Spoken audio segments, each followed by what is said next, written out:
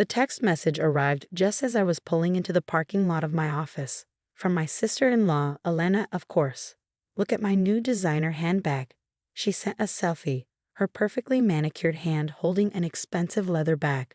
Bought with your family money. Haha. Thanks for being so careless. My fingers tightened around the steering wheel. The casual cruelty, the brazen theft, it was too much. My name is Sophie Martinez, 35 years old, a project manager at a tech startup in San Francisco. And for the past 6 months, my sister-in-law had been systematically draining a trust fund that wasn't hers to touch. The trust fund had been my grandmother's final gift. Elena's husband, my brother Marco, had no idea what was happening. And that was exactly how Elena wanted it. I remember the day my grandmother passed away. Elena had been hovering near the lawyer's office, asking endless questions about inheritance. My grandmother Maria, a first-generation immigrant who had built a successful cleaning business from nothing, had always been strategic. The trust fund wasn't just money, it was a legacy. This is for your education, for your dreams, she told me years ago. Never let anyone take away what you've worked for. Those words echoed in my mind as I stared at Elena's message. $450,000 gone. Spent on designer bags, luxury vacations, expensive jewelry, all while claiming it was her money to spend. The first hint of trouble came 6 months ago.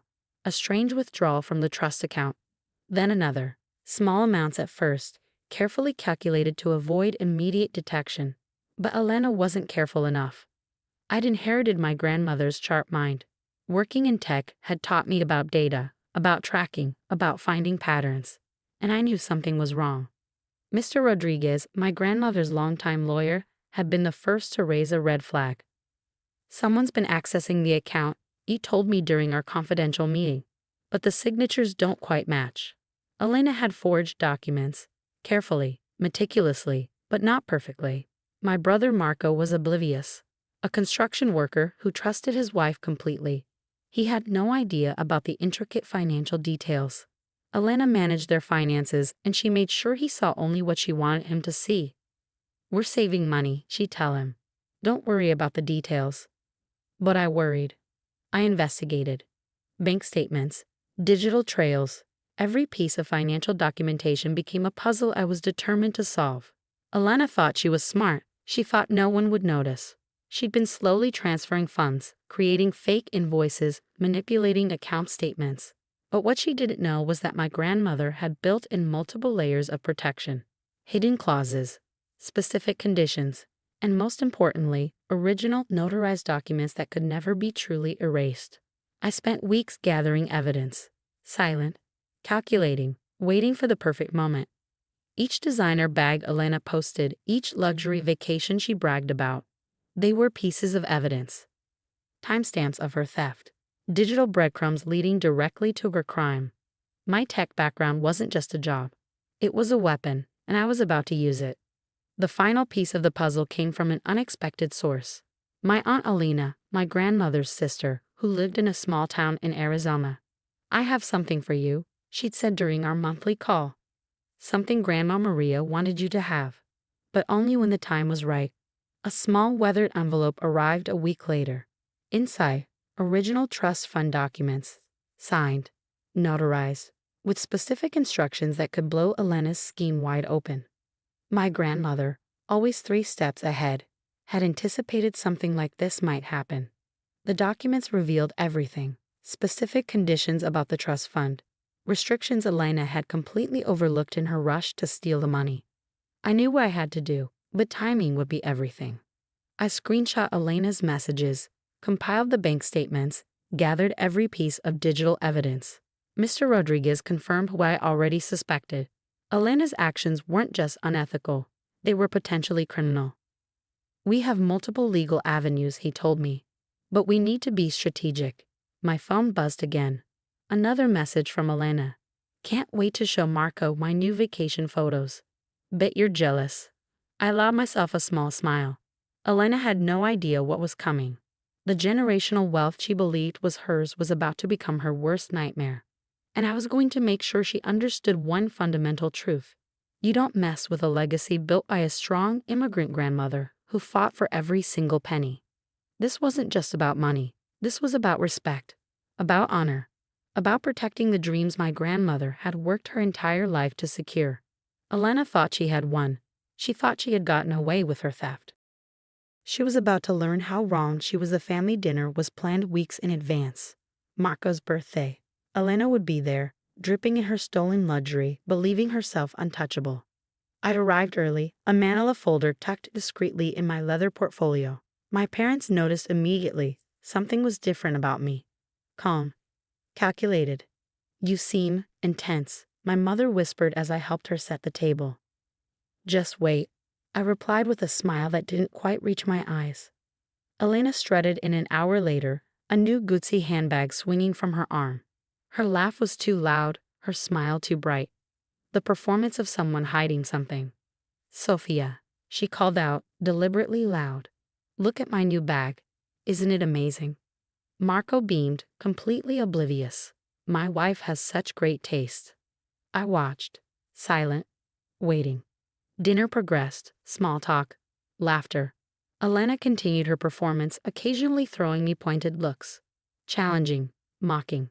"So, Sophia," she said during dessert, "still working that tech job? Must be hard saving money in San Francisco."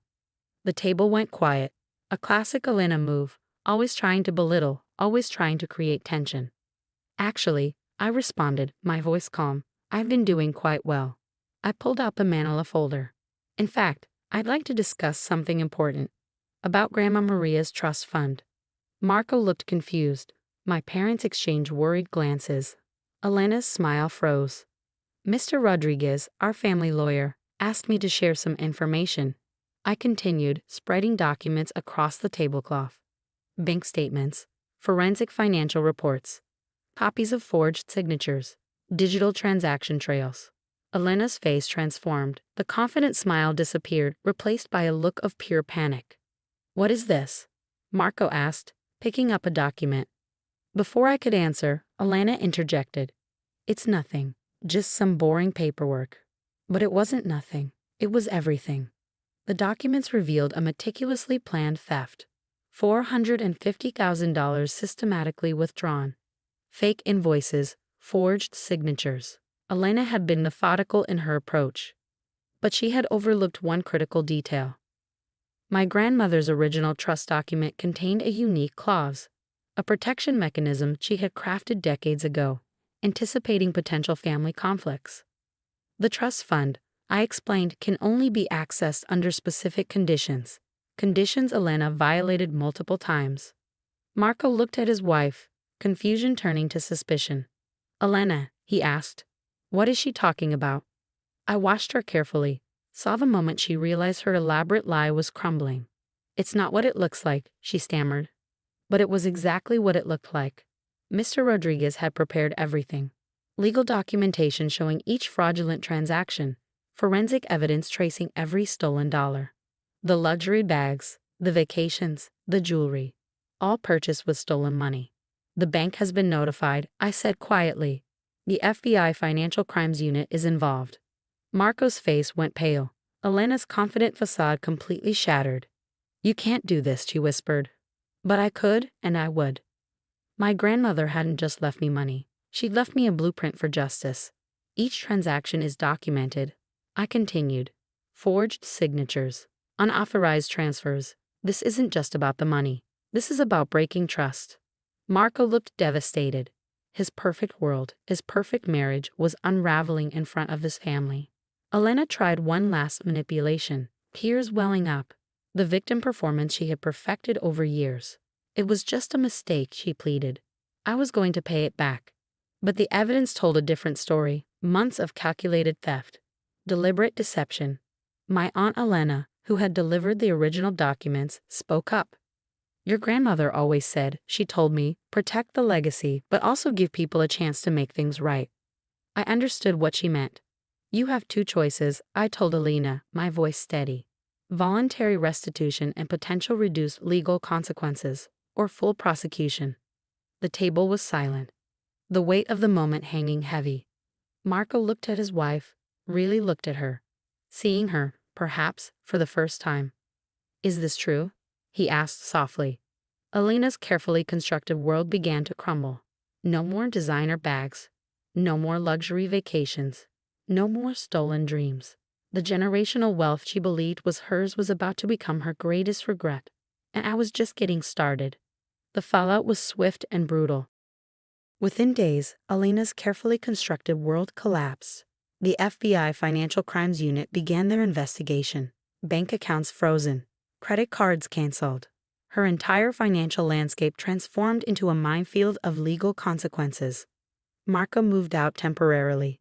Not a dramatic exit, but a quiet, devastated retreat. The betrayal cut deeper than the financial theft. It was a violation of trust that ran much deeper than money.